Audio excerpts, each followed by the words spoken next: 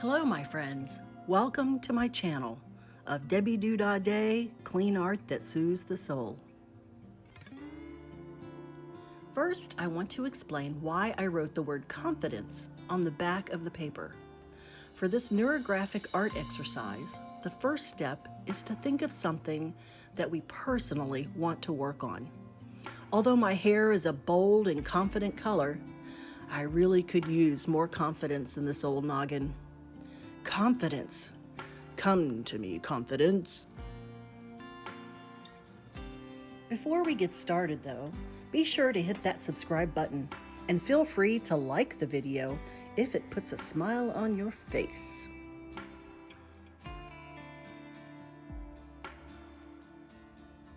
So, like I said, today I'm exploring neurographic art. There's quite a bit of science behind this kind of art, but what I love about it is how spontaneous it is.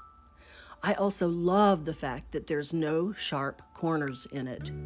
Anywhere that there is an intersection, those corners get rounded off later and becomes an amazing resemblance of neurons. Check it out. Isn't the human brain incredible?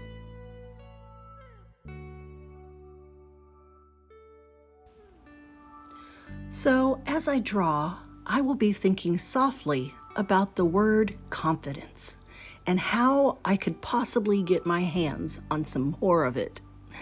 Do you know what I mean by saying softly think about it? I don't want to be like, confidence, confidence, confidence, Confidence.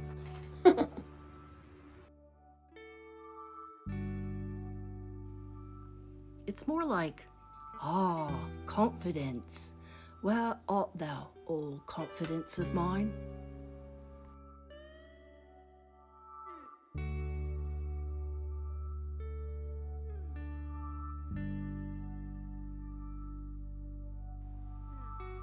As I draw loops and swirls, I'm careful to reach all four sides of the paper.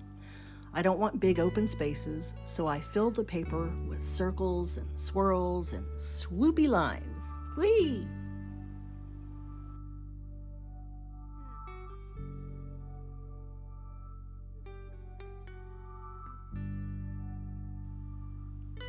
And once I'm satisfied with what I've got, I trace over it with a marker, rounding off all the sharp edges.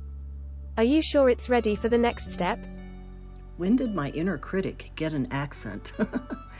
So, hello, inner critic. You know, I blame you for my lack of confidence. I think it's your fault that I second guess myself like all the time. Oh, I see how this is going.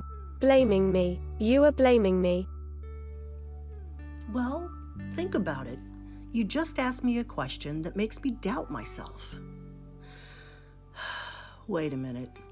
What if my inner critic is actually trying to help me and I'm just getting upset instead of slowing down and paying attention? Okay, I'm going to start over. Yes, I'm sure I like what I've got on paper and I'm going to continue. Yeah. So yes, I like what I've got so far and I'm confident about that. Good. That's all I was asking. I'm really here to help you slow down and be confident in what you were doing. Maybe I've been thinking about my inner critic all wrong. Wouldn't that be a game changer? By the way, I really don't like being called your inner critic. I'm really on your side. I have your best interests in mind. I'm your gut feeling about things. Wow. I think I'm going to change what I call that inner voice. What if we started thinking of our subconscious as our personal assistant? Holy smokes, there's an idea. Whenever I have those thoughts come to mind from my subconscious, I always take it as a cut down or something negative. Can you imagine the power behind the idea of teaming up? If it's true that the little voice has my best interests in mind, we can start listening with an open heart. But why does that voice sometimes call me names? I'll tell you why. Because you ignore and dismiss what I say. I'm like a neglected child that doesn't get heard. Slow down and listen, and I will work on being nicer. Deal? Okay, deal. It might take a little time for me to get the hang of it, but I think I can slow down and pay attention. And you'll be nicer? Hey. Okay, that sounds like a great deal to me. I'm looking at this drawing. I'm liking it. We should do this more often.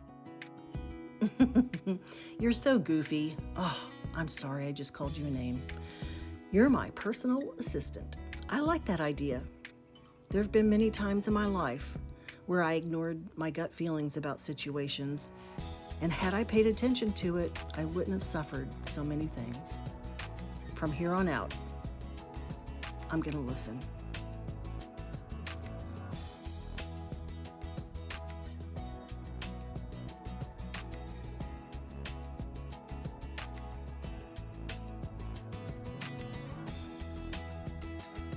I must say, doing this neurographic art exercise really was good for me.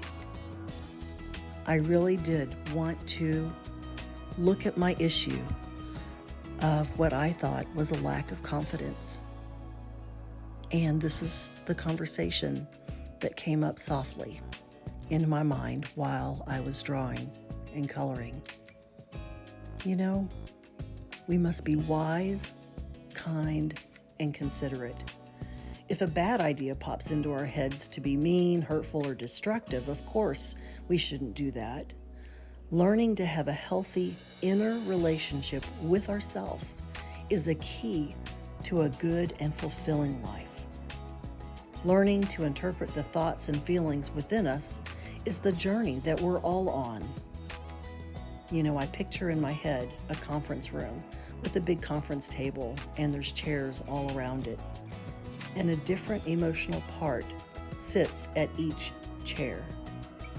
So working together in my heart, in my mind, with compassionate curiosity, kindness, and love, with that as my goal, collectively, me and all these emotional parts can live a life that is fulfilling and fruitful. Thank you for joining me in my adventure looking for confidence.